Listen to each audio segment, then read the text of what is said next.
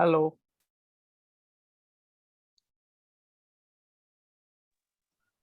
Yes, sir, you are audible. Yes, wonderful.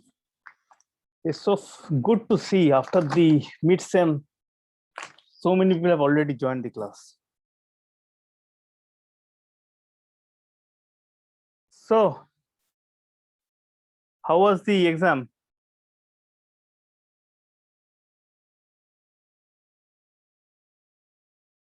Okay.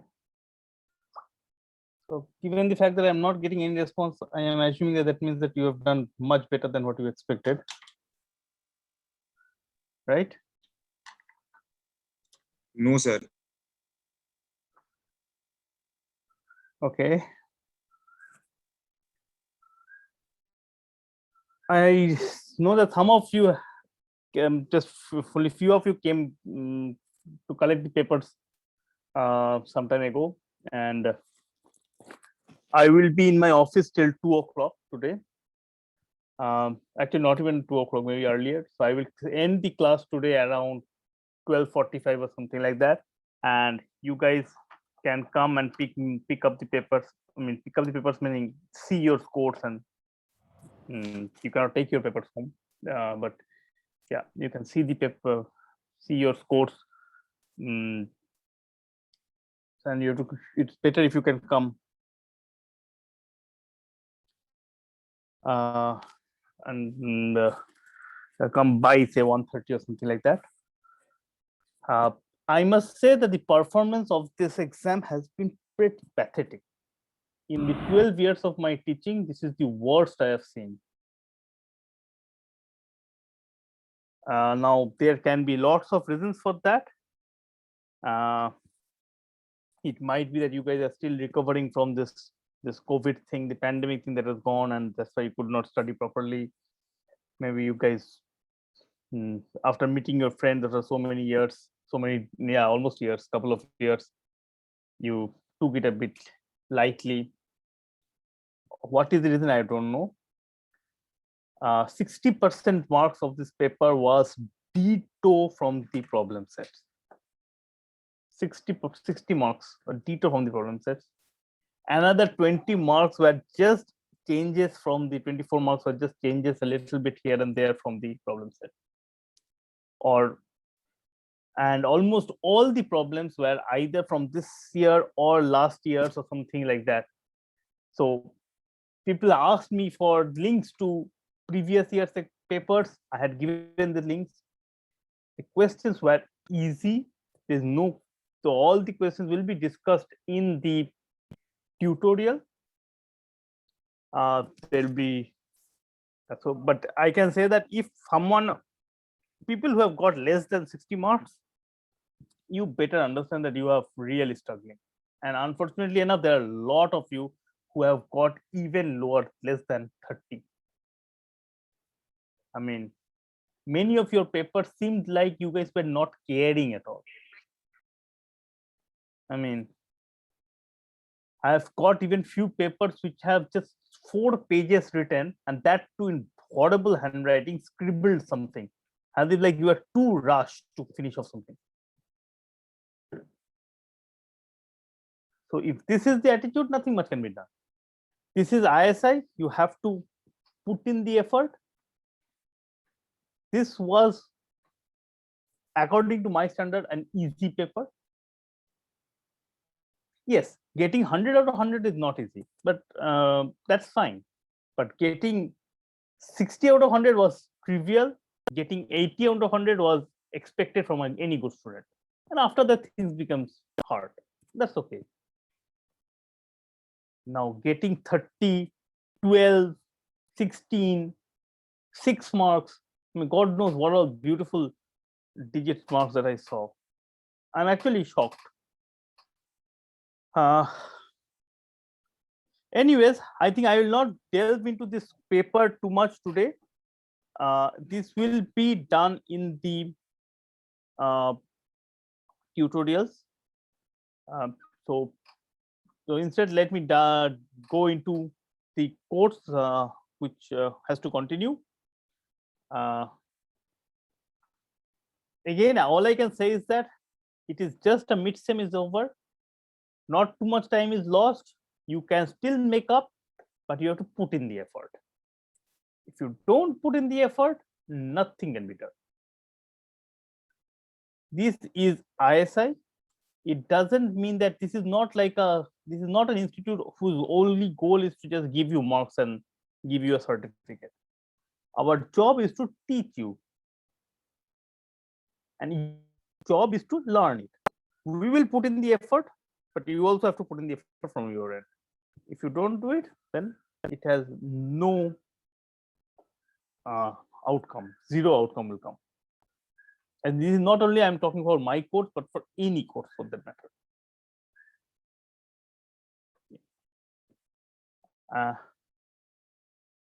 Okay, so let me start with today's class. As I told you, I will try to finish it up in 1 hour time, so that you guys can come and collect the papers from me. Yeah, any questions? Okay, so till now we have seen a few set of problems, right? There are different kind of algorithms that we have seen. For example, we have seen algorithms like say the Prim's algorithms, right? Or Kruskal's algorithm, or even in the case of sorting, something like the selection sort or insertion sort. These are, in some sense, particularly these two, and even somewhat with this, are what are called greedy algorithms. You know what I mean by just by looking at the name, right? In the case of the Kruskal's algorithm, we just keep on picking up the lowest one possible. Or in case of Prim's algorithm, we keep on enlarging the graph, the MST, using the lowest or least weighted edge as possible. In the case of insertion sort, you pick up one vertex and greedily put in a vertex, put in a sorry, not vertex, take an element and put it in the correct place one by one. So these are called greedy algorithms. I mean, there is no kind of formal definition of what a greedy algorithm is, but a greedy algorithm is something that tries to do something which is the most obvious thing to do in some sense, but many times it is not obvious whether the greedy algorithm performs well or not. For example, it is not apparently immediate that whether Prim's algorithm or Kruskal's algorithm actually outputs the correct answer. You have to prove it, right? Similarly, the selection sort or insertion sort is a greedy algorithm, but it doesn't not necessarily the most optimal algorithm in that respect. Now, there are other kind of algorithms that you have seen, namely, say something like a merge sort kind of stuff like that, or even quick sort. These are the algorithms in which you kind of split the problem into two halves and solve them in the two halves and then do something. So this is what is known as the divide and conquer algorithm.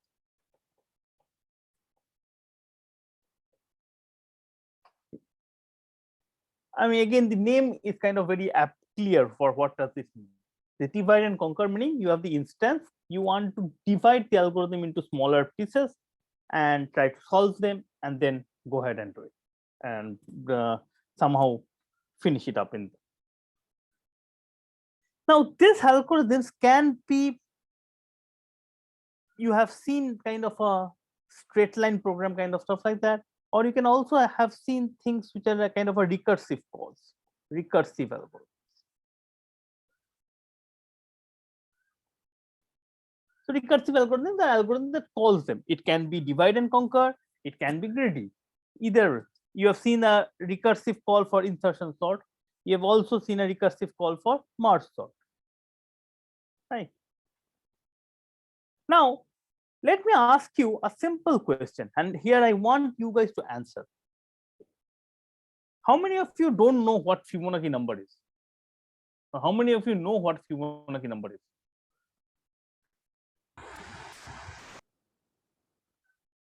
Okay, none of you know. Okay, So, yeah, yeah, Fibonacci number is basically you have two terms, and starting from that you define two terms, and you have a definition on the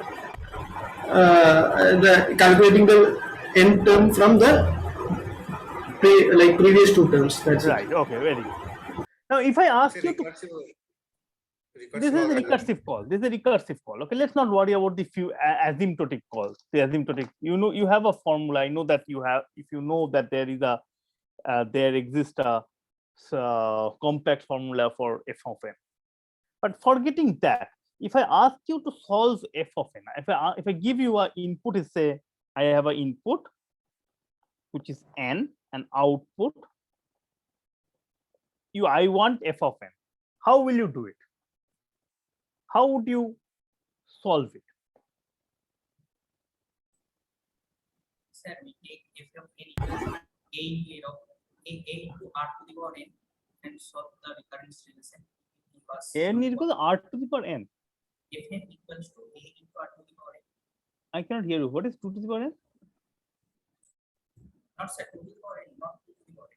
A into x of x to the power n. You are using the formula for f of n, is it? Yes, sir. F of Okay, n no, equals I am not. Even if you don't use that, if you don't use the formula for f of n, but use this recursive relation. Sir, we will start calculating the f0 and then we calculate f1, and let's say our n is 3. So as we calculate f3, we need f2 and f1. So Right. as we can calculate f1, we can calculate Very f2 good. as well, and that way. Yes. Make a loop till n and initialize the f values to 0, 1, Right. 0, f1. So one solution that you guys have told is that, okay, a solution is calculate f0, then f1, then f2, then f3, then till f of n. You keep on doing it one by one. The other option, so this is solution 1. I can give you another solution. I can say that compute f of n minus 1, compute f of n minus 2, and f of n equals to f of n minus 1 plus f of n minus 2. I can write a recursive algorithm like this. Which one do you think is better? The first one, Why? because we are repeating the computation, right? For fn minus 1, we need to have every of its precursors, and we have to do the same sort of the same process for fn minus 2. Exactly. Very good. So what happens here is that if I use this one, let's see, if t of n is the time taken to compute f of n, then t of n equals to t of n minus 1 plus t of n minus 2. You see that this is what is happening, and we all know that this basically means that t of n is actually exponential, some order 1 to the power n, because this is exactly the Fibonacci number kind of stuff. Right? Also, the main reason why this thing has such a high time complexity is that I am interested in calculating f of n. So I am computing, say that okay, go and compute f of n minus 1 and go and compute f of n minus 2. Now, f of n minus 1 is say that, oh, therefore go and compute f of n minus 2 and f of n minus 3. And this is saying that, oh, go and compute f of n minus 3 and go and compute f of n minus 4. So you see already that f of n minus 3 is being computed twice. F of n minus 2 is computed twice. Now recursively again, this will compute some 2 objects, this will also compute 2 objects, and there will be a lot of repetition. So which means that this kind of a recursive call,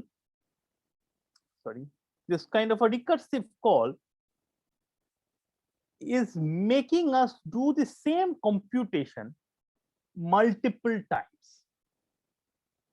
Okay, so how can we avoid it? Avoiding it is by just once you are done with it, just write it up, store it, right? As we are doing here, I'm just storing it. I have to want to do recursive calls, but the recursive calls is taking too much time because the same computation has to be done a few times, multiple times. So instead of that, I will store what I have computed. Now this seems to be a trivial idea, right? I mean, any person should be able to find out. But surprisingly, this idea is exactly one of the most complicated ideas that you can think of. And this is what is called dynamic programming. We will spend at least a couple of days, maybe 3 days on dynamic programming. So the main thing is, I mean, this is the overall idea, okay? Instead of,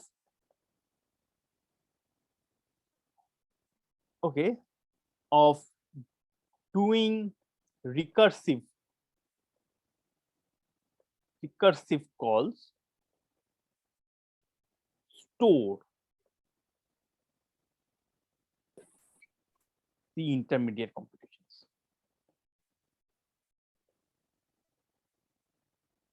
Now, of course, in the case of Fibonacci, it was very easy to understand what was going on. But we will see the same thing in various other problems. This is something. So this is all that is there in dynamic programming. You might have heard of this object called dynamic programming earlier, and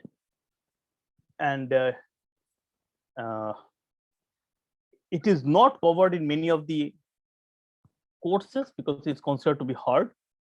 But the main idea in dynamic programming is exactly this. You are doing recursive calls.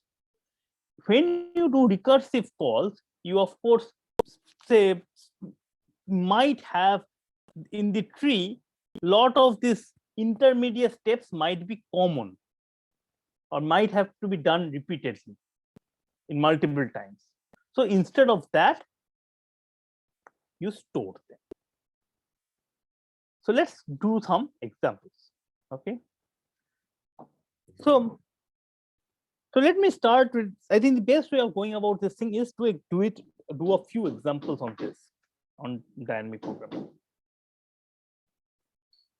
So say you have been given two sequence of symbols, okay, and I have to edit them to change it. So for example, so I have been given two words, okay. So say I have been given, say, midterm and end sem. Now I have to convert this to this. Now, what all things am I supposed to do? So this, the first one has 1, 2, 3, 4, 5, 6, 7 letters. The second one has 2, 3, 4, 5, 6 letters.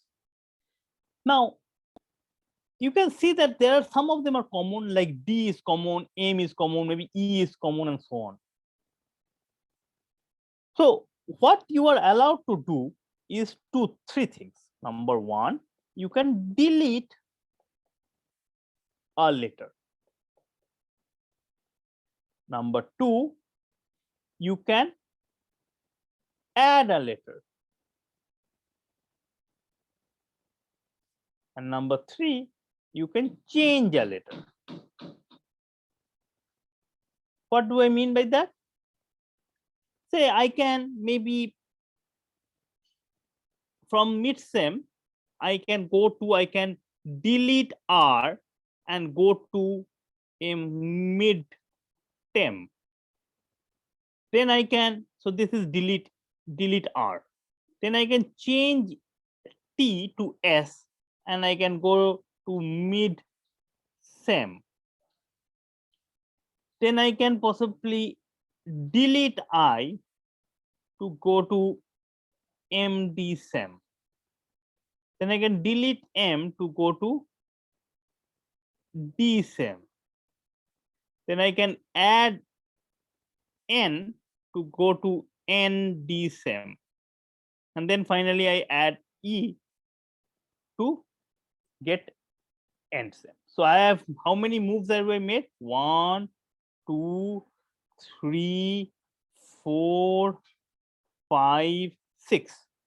So using 6 moves, I can convert the string mid-term to end-sem. Now, okay. Now question is that, is this the minimum number of moves that I can do? No, sir, you can change M to capital M to capital E and then I to N. Yeah. Good. So I can do that thing, right? Instead of coming from here to here, I can, instead of deleting I could have just changed E to N. So from here it will be 1, 2, then I would go from I to N, and then I have to change M to E, then another 2 steps. So I can go with 4 steps, right? Good. So this is the problem, that if you are given 2 sequences of symbols and you are allowed to make these 3 changes, what is the minimum number of moves using which you can change one string to the other? Is this problem clear?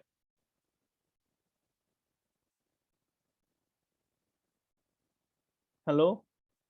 Yes, sir. Okay. So yeah, so for example, here say there is something like snowy. I mean, you can maybe tell me how many things that you can do. Snowy to sunny. Can you quickly check it in your, tell me what is the minimum number of moves?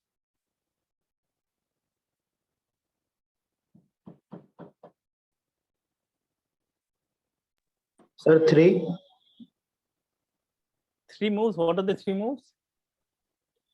Sir, You can first we will change. change the all the 3, right? Change all of them 3, right? Yes, sir. Yeah, you can make change them 3. Yeah, you can do another thing. You can add an U in the middle, so that will be SUNOWY, and then delete O and delete O and change W to N. So there are 2 different ways that you can do 3 moves. So similarly, there is this thing of, say, exponential or polynomial. Now, you can also, there are a lot of this various things that you can try out. Now, here, what is this thing to do? Let's see.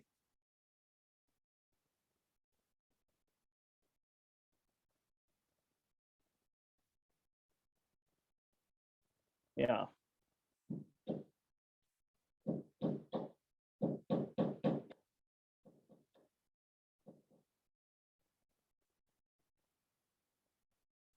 Yeah, you can try it out. I think it will be 5, maybe. Maybe can you do it with 4? I have to.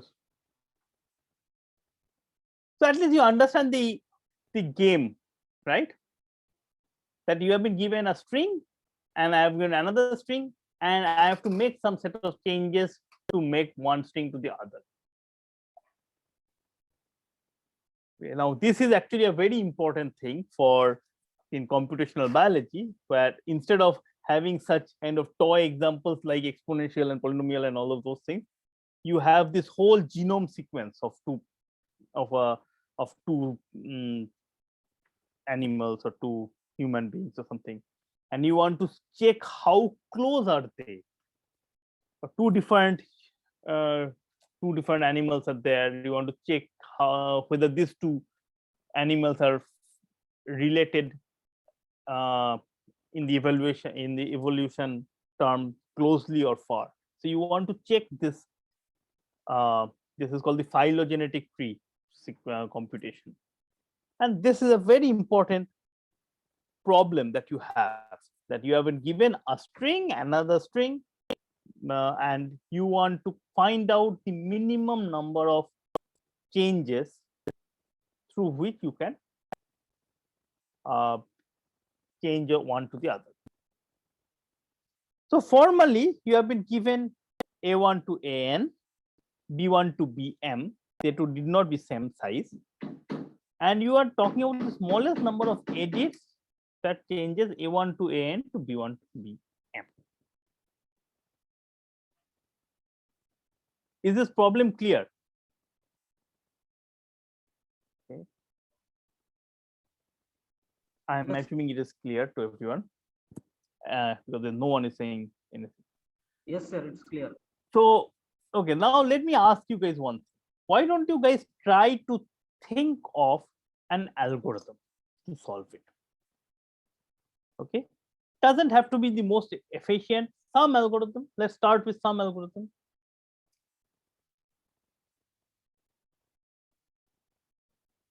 Can someone give me an algorithm to do it? Sir, at first I have to compare M and N. You compare M and N, that's fine. Say it doesn't matter. M is smaller than N, that's fine. Okay, then Yeah. Then I will keep changing A1 by B1, A2 by B2. That way. okay, AN you by will do that. BN. Then that will give you one solution, Yeah. or one way of converting A1 to AN to B1 to BM, no doubt. But why is that minimum? No, sir, that's not. That may not be minimum. This may not be minimum, right? Our goal is to find the minimum sort of computation. So we can try to find out their intersections, like the same elements they share. That we can try to find out, right? I think that way would work. Like the same number of like same AIs in A first string, and the matching things in B we can just highlight and try to, like, we don't need to change them, right? We only have to change the remaining.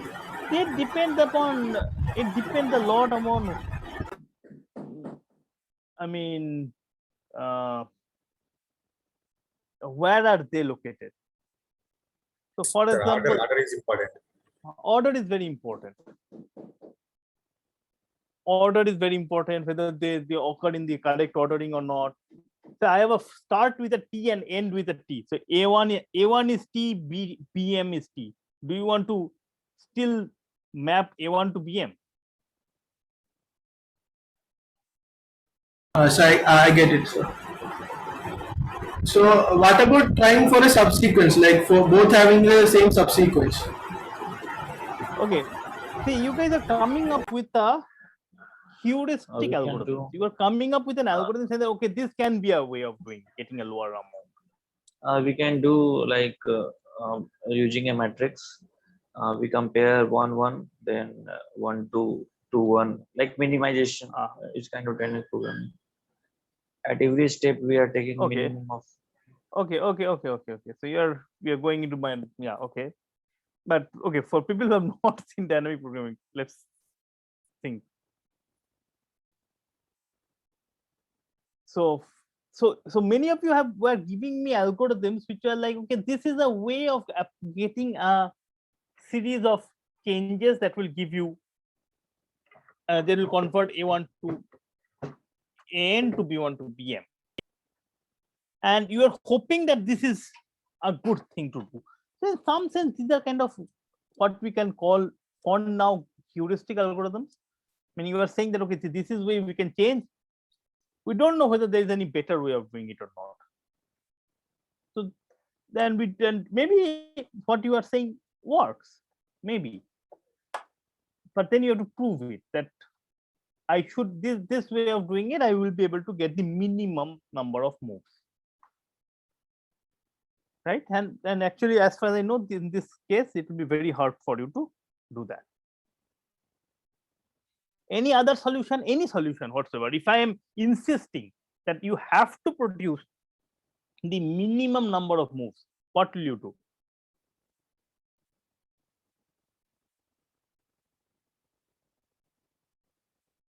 So one option would be complete brute force. Okay, look at all possible sequence of edits and see whether this all possible sequence of edits help you to change A1 to AN to B1 to BM. Now, how many sequence of edits are there? Maybe exponential. And I want to find the minimum, the set of edits which have the minimum length, which help us to change A1 to N to B1 to B. Now, this is not a heuristic algorithm. This is a correct algorithm. Because this algorithm will go and find out exactly the minimum. But this is not at all an efficient algorithm. This is a very, very, very bad algorithm, right? Because you are going over all possible things. It's something like you have asked me to sort n elements, and I'm looking at all possible permutations, n factorial permutations, and seeing which of them is actually giving me a sorted list. The algorithm is a brute force algorithm, but still a algorithm.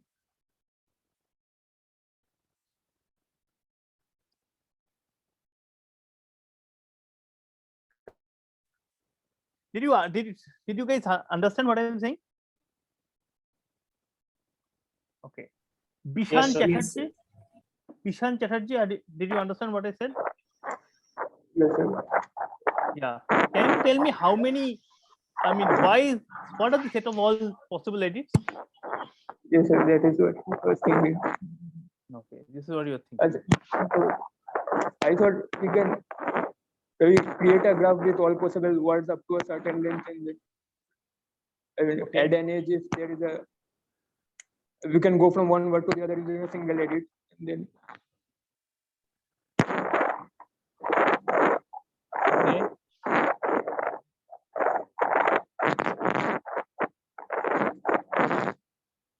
Okay, Devrup Chatterjee. Devrup Chatterjee, are you there? Yes, sir. Yeah. So can you help? What do we mean by this set of all possible edits? We can consider means the sequence first term say A1 and check with B1. So if A1 and B1 are equal, then we are You done are for the going first back step. to the same thing. I'm talking about set of all possible edits. We have, so that was what was your friend was telling you, right?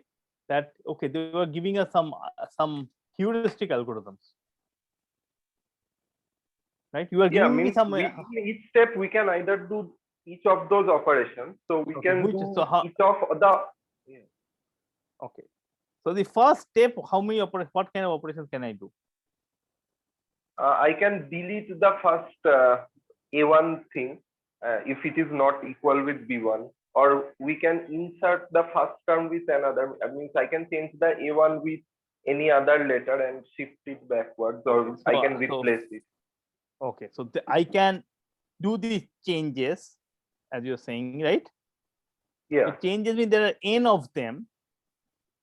For each of them, I can change it to any other 26 letters. Yes. Or I can insert, which means there are n plus 1 places where I can insert. I can insert with any 26 letters. Or I can delete n of them. So if I add them up, so this is what I will get. This is the total number of things that I could do in the first step. Right?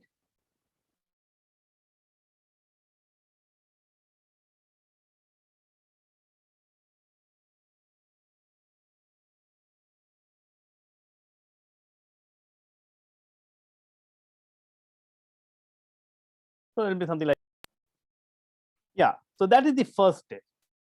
So second step also will be something similar. Hello, can you hear me? Yes, sir. Yeah. So second step will also be similar. How many steps should I look into? If I'm looking at all possible sequences of edits, how many steps should I look into? The minimum of M or N. Why? Means we have to end somewhere, right? Means if we end at M, means Yes, if end M is how the much? minimum. End somewhere. You are right. End where? Why is it minimum? So I am talking about all n will decrease by 1. N will decrease by 1 if I delete. So, but we already know of one way to do it, right? The one way is to change everything in n, right? We can change every letter. So we only need to look that many steps, right? Right. How many of these steps? So there exists a sequence of how many edits? N edits. Like we can change every letter to the corresponding thing. It will be not. It will be, think of it. It will be maximum of m comma n.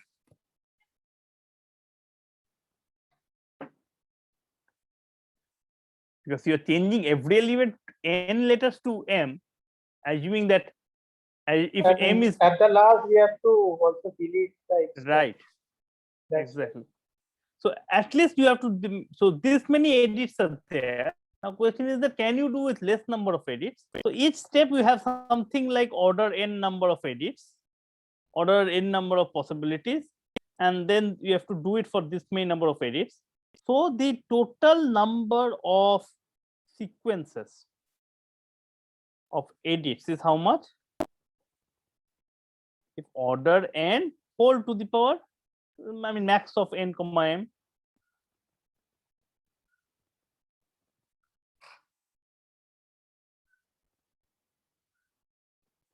So that means this brute force algorithm would be something of this order n to the power maximum of m cross n.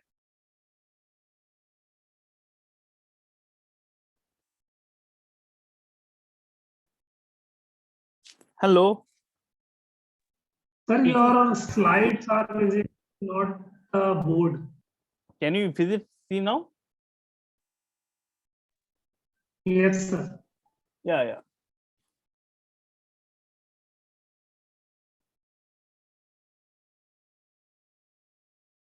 Bornik Biswas? Yes, sir. Yeah, can you tell me why did we really need this? There exists a sequence. I mean, why did we need this thing? Why did he need an upper bound on the number of edits? To calculate the time complexity. To calculate the time complexity. What happens if I did not have that? What happens if I did not have a upper bound? Then what will happen?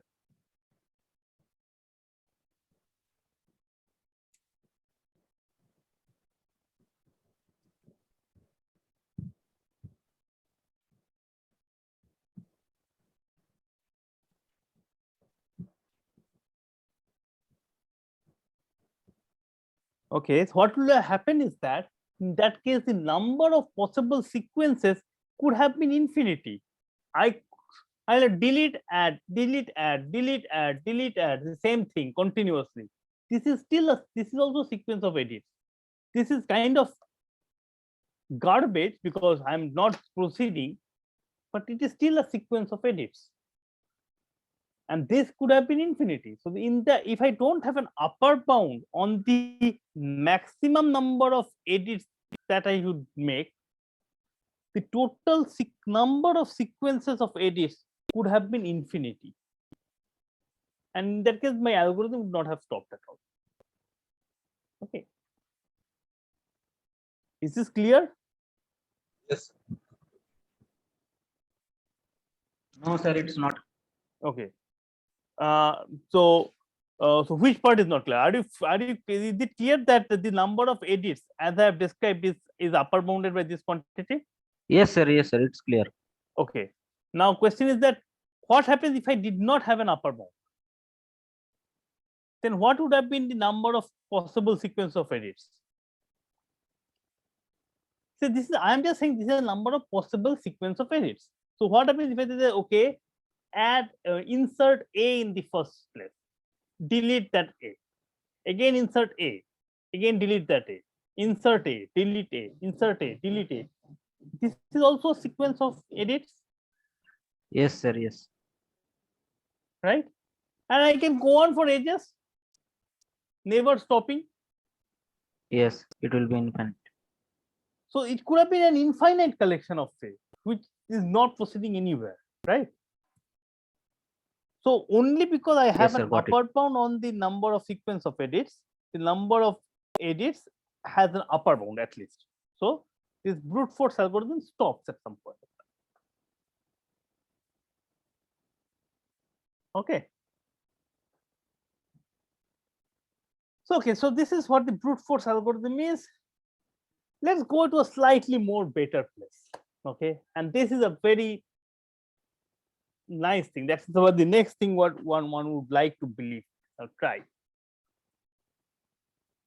Say I am defining this new concept ED of ij. This is the smallest sequence of edits that converts A1 to AI to B1 to BJ.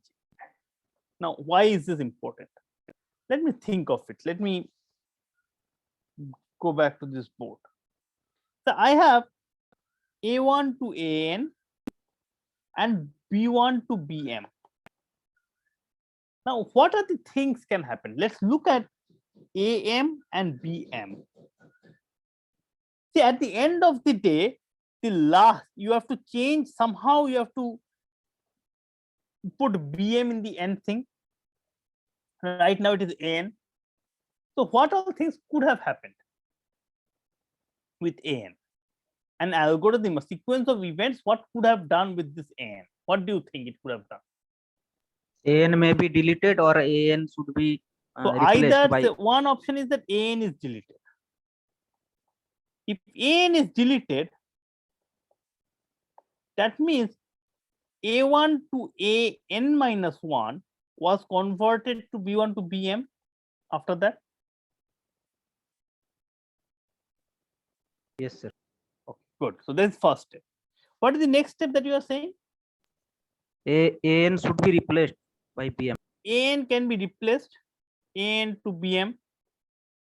In that case, once you have these two same things are same, the last two things are same.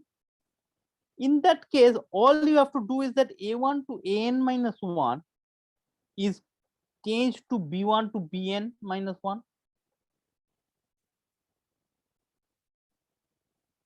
Right? This is also the case if AN equals to BM. If AN is equals to BM also, all I have to change is the first set of them will be changed to this set. Okay. Something else?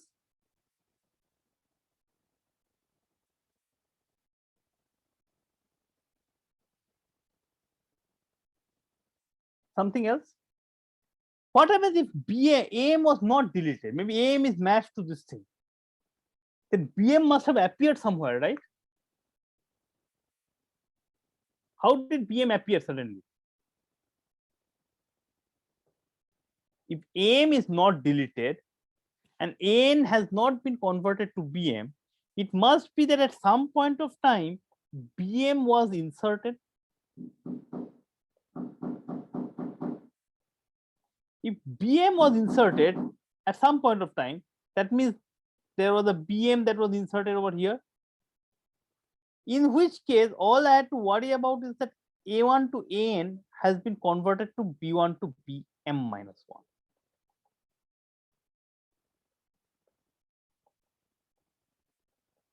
Now, can you guys just please confirm with me that whether you have understood this thing or not? No, sir. Can you please explain it again? Excellent. Yeah. Okay. So let me start with an example. Okay, maybe say Apple. I wanted to convert to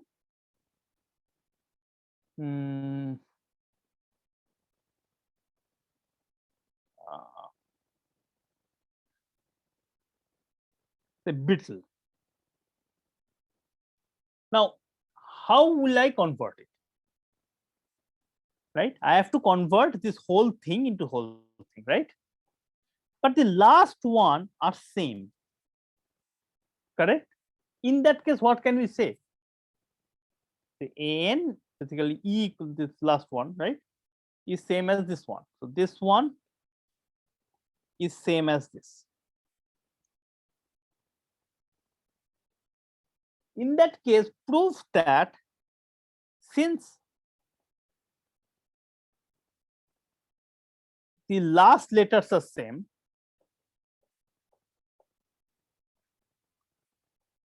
same, then the best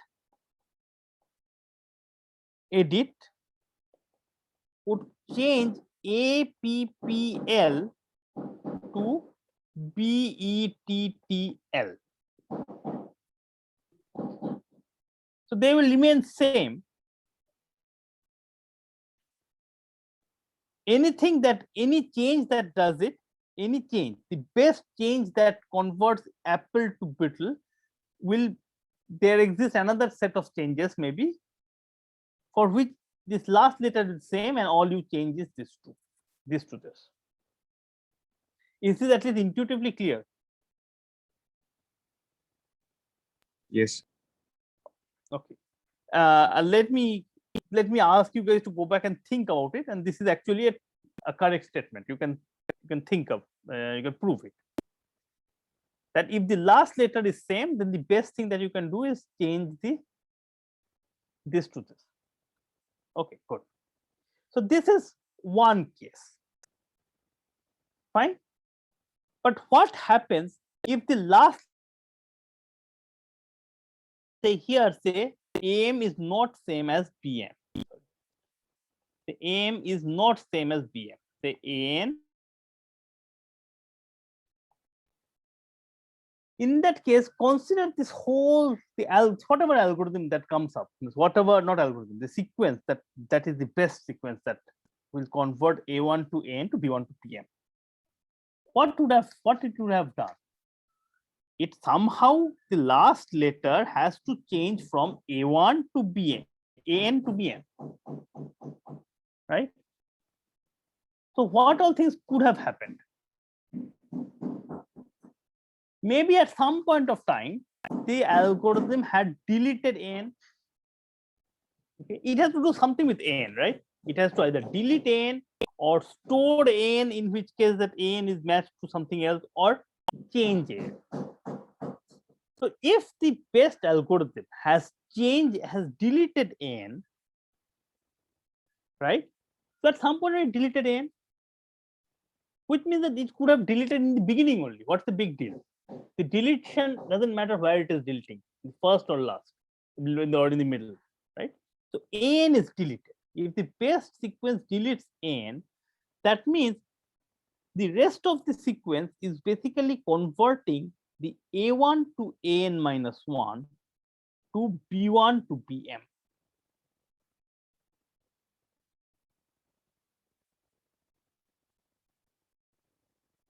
Is this clear?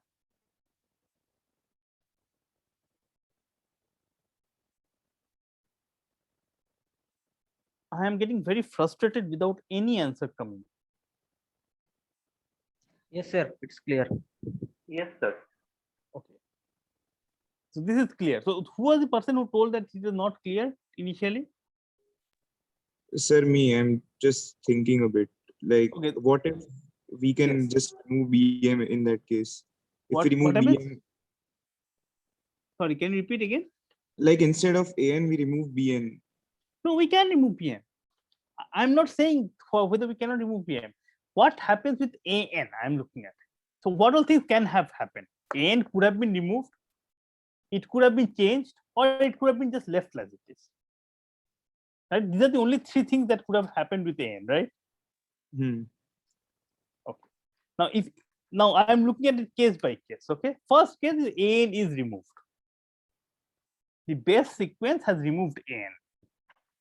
So in that case, it doesn't matter whether the AN was removed in the beginning of the edit or later on, right? So that means AN is deleted, basically, that's the main thing. So which means that the rest of the sequence in that case would have converted A1 to AN minus 1 to B1 to BN. This is one case. I'm not saying this has to happen. I'm just saying that this is the case. Okay. If AN was removed, then this is what would happen. Okay. The next thing that could have happened is that AN could have been converted to BM. That is also a possibility, right? A1 could have been converted to something else also, that I don't know. But AN was converted to BM. In that case, AM goes to BM and in that case, these two will become match the same element. So which means that the rest of the sequence would basically be spent in converting A1 to AN, AN minus 1 to B1 to BM minus 1.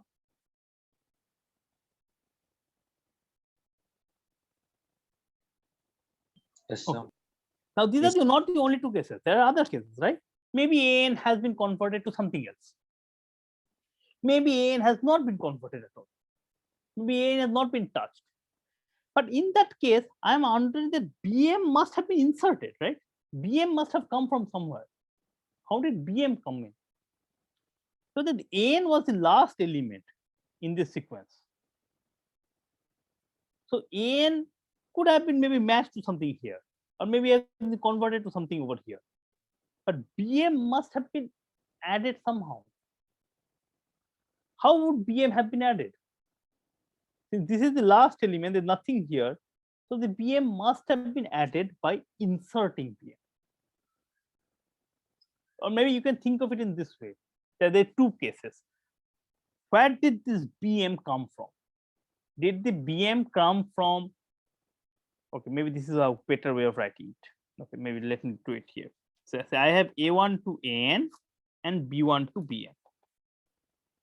And let's say that AN is not equal to BM. Then question is that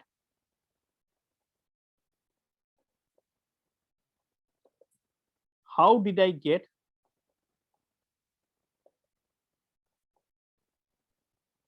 BM? Now there are two possibilities, right? One possibility is that BM, right,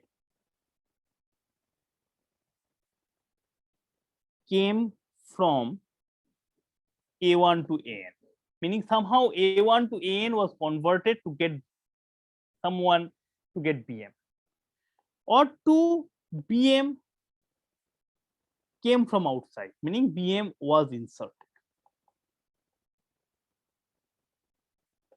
There are two cases, right? Now let's think of the case when BM came from A1 to AN. Again, this has two cases. Okay, so one A, BM could have come from AN. Okay, BN could have been got from AN. So that means AN could have been converted to BM, or BM could have been got from somewhere else. Maybe BM has got from some element here. But in that case, all these things here must have been deleted. So which means that in the other case, BM came from not AN. In that case, AN must be deleted. So one option is that AN must be deleted. Other one is that AN must be converted to BM. And now let's think of this one. What happens if BM is inserted? Okay, so BM might have been inserted. That means BM was inserted. In that case, all I need to know is that A1 to AN must have produced B1 to BM minus 1. Last one was inserted, right? So in that case, this was all that was done.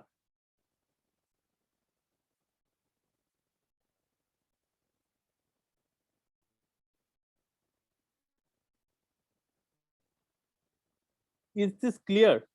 Yes, sir. It's clear Yes, now? sir. Okay. Yeah.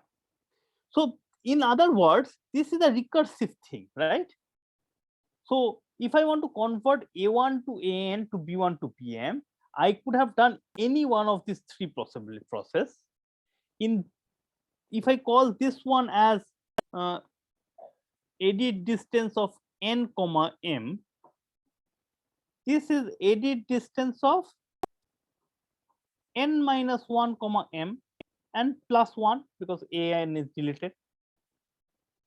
So forget this part. This one would be edit distance of n minus 1 comma m minus 1 plus 1, or this one would be edit distance of n comma m minus 1 plus 1. And the third one is what happens if n is equals to bm, something that we did it here, right?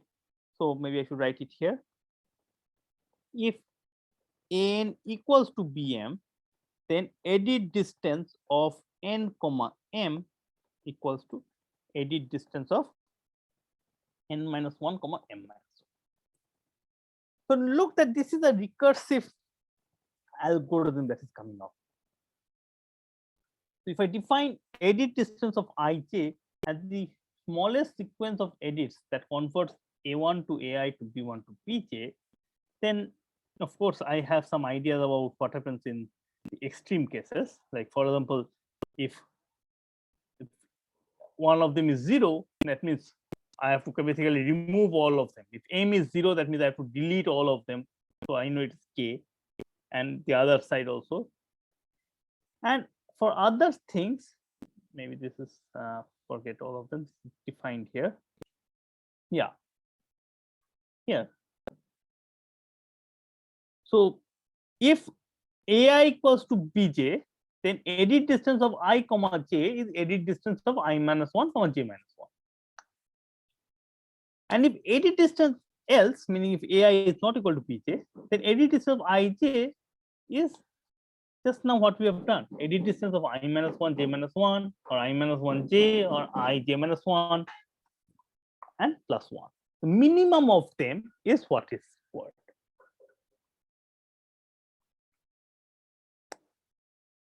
So is everybody of you with me in this thing about this recursion? Yes, sir. Yes, sir. Okay. Now that we have got a recursion, which means that we know how to proceed, how would you write an algorithm? Okay.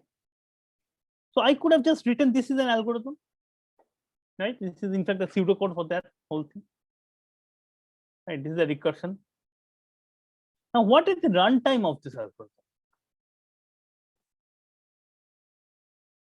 So the runtime of this algorithm is, so if I define Tn to be the runtime when I plus j equals to n, then what do I get here? If you think of it here, in the worst case, when say ai is not equal to bj for everywhere, that I plus j goes down by 2 in one setting and 1 by one setting, but I have to compute all of them, right, individually, which means that T of n would be equals to T of n minus 2 plus T of n minus 1 plus T of n minus 1. So I will have to have a recursion like this. Okay, so here we have a recursive algorithm, and it's a nice recursion, all of that is fine, but the algorithm's runtime is actually exponential.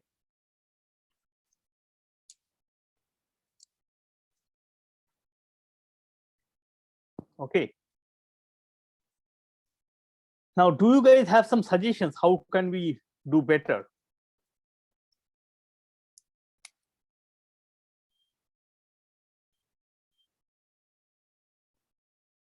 Oh God. Okay. I mean, this is something that I told in the beginning of this course, that if you don't understand, please tell me. Okay, please. This is your job, is to tell me that you have not understood or something like that. If I'm hearing nothing out of you guys, then I'm not understanding anything. We can just store them into a matrix or something like that. Okay, good. So that's the one way. What about the rest of you guys? So are you with me or not? Binit Jha? Binit Jha, are you there? Okay, not there.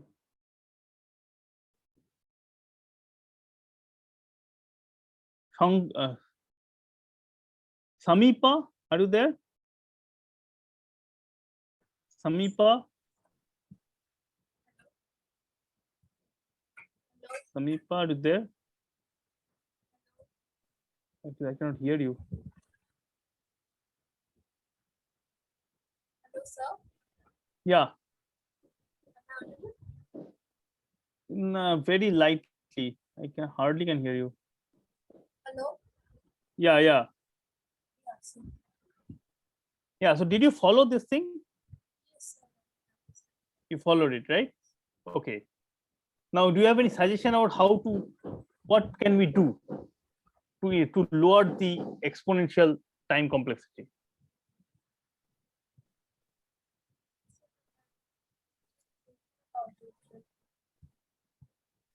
See, the main idea is actually in this thing that we kind of did.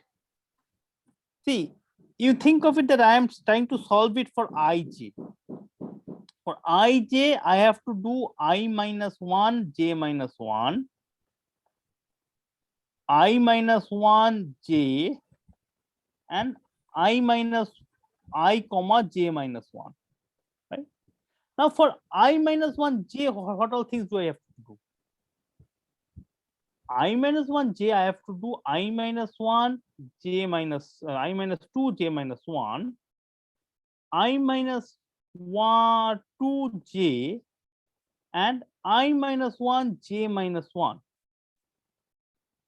And this is where you should realize that here in the second level, I am supposed to compute ed of I minus 1 j minus 1. Something that I should have computed by now also. So in this tree, in the computation tree, in the recursive tree, what I'm seeing is that multiple nodes are there which is supposed to solve the same thing. So I am doing a lot of multiple work. And this is where the question is that why to solve them? Again, when I am calling ed of I minus 1 j, I should not be solving this because this must have been solved by now. Right? This is exactly what we were doing for the Fibonacci numbers. So that's the idea. Okay. The main idea is just to store them. That's all. Okay. So any dynamic programming is done by this. You compose it in the smaller problems, just like we have done it, just like it's done in any recursive algorithms. Now solve the sub problems and store the results and then combine their results. So for example, here, okay, the same thing, ed ij, but instead of calling it blindly recursive algorithm, I will store them, right? So what I do, I have this whole, I create a matrix of size m cross n. And in which case, what do I store in each of the matrices? I store the amount of time. So ed of ij is stored in the ijth entry. Okay. And now I want to compute it. Okay. We have to start from somewhere. Note that we have already seen or that this is the initial start in some sense, what is called in dynamic programming. Right? So which means that here I have already know that this answers, because if the so if I have to convert nothing set to sunny, then I have to spend 5 points, or so it should be 5 different areas. If I have to convert nothing set to sun, then I have to spend 3 points, and so on. And similarly for here. Now, how much time will it take for converting here? So means how much time will it take to convert S to S? Okay, this is ed of say 1,1. Okay, ed of 1,1 is minimum of, okay, not minimum, let's think of it. These two are same, right? So that means it should be the I minus 1 j minus 1. So this so it's 0. So it must be 0. Yeah, so in fact you can go and fill up the whole thing like that, right? You can start from here, then solve this, then solve this, then solve this, then solve this, and so on. You can compute. Note that for each one of them, EDIJ, you have to look at I minus 1j, j my ij.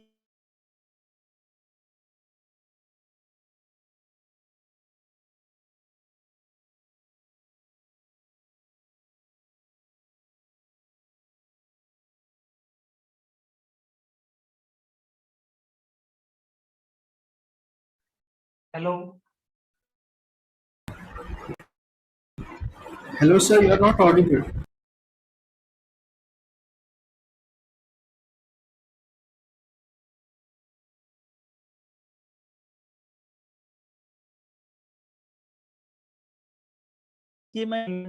That's it, right? And you will be able to Sir, therefore. you are not audible. Can You are you not repeat? Sir, you are not. Oh, okay, okay. Am I audible now? Yes, Yes, sir. sir. Okay.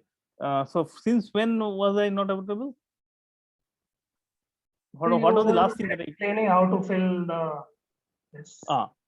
Okay. So I'm saying that for any point here, right?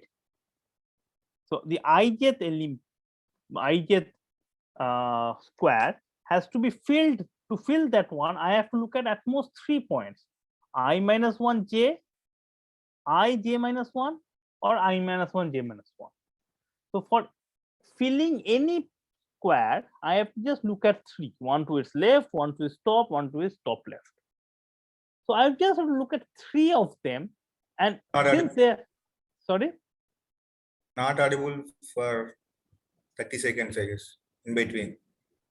oh, again I was not audible. But you were audible to me. Yes, sir, Oh. to me as well. Okay, so basically I'm saying that for you can fill up any square by looking at 3 squares: one to its left, one to its top, one to its top left.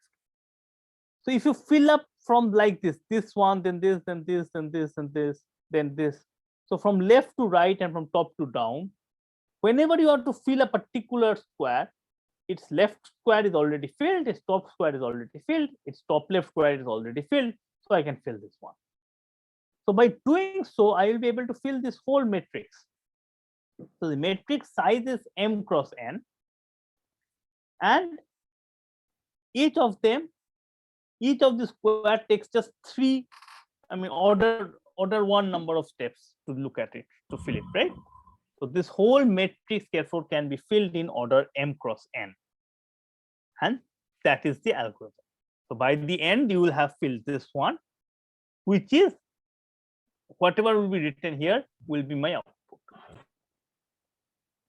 Thus, just this very recursive algorithm as it was there, same recursive algorithm, just the fact that I want to store it, just the fact that I am able to store this, I'm storing this thing, is helping me to solve the whole algorithm in much lower polynomial in order mn steps. So this is a very crucial thing, right? That it is a recursive algorithm and all I'm doing is storing. Okay, now if I ask you how can you compute the what, can you tell me the set of best sequence of edits? That also you can do by, instead of storing the value, you can store the pointer, from where did we come. So for example, here it will come from the top corner or something like that. So which, by doing so, you will be able to figure out the whole sequence of edits also. Right. So I think I will stop here today. Okay, I will continue with the same topic in the next class. I can give you a problem. This is the problem that we have, which we will do in the next class. This is called the knapsack problem. Okay, so you have a list of items. Each of them has some volume and a cost associated to it, and I have a capacity, and I have to, as I can, while ensure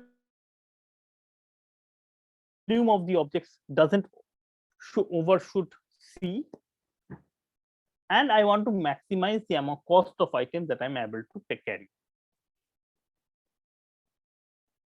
Think about this.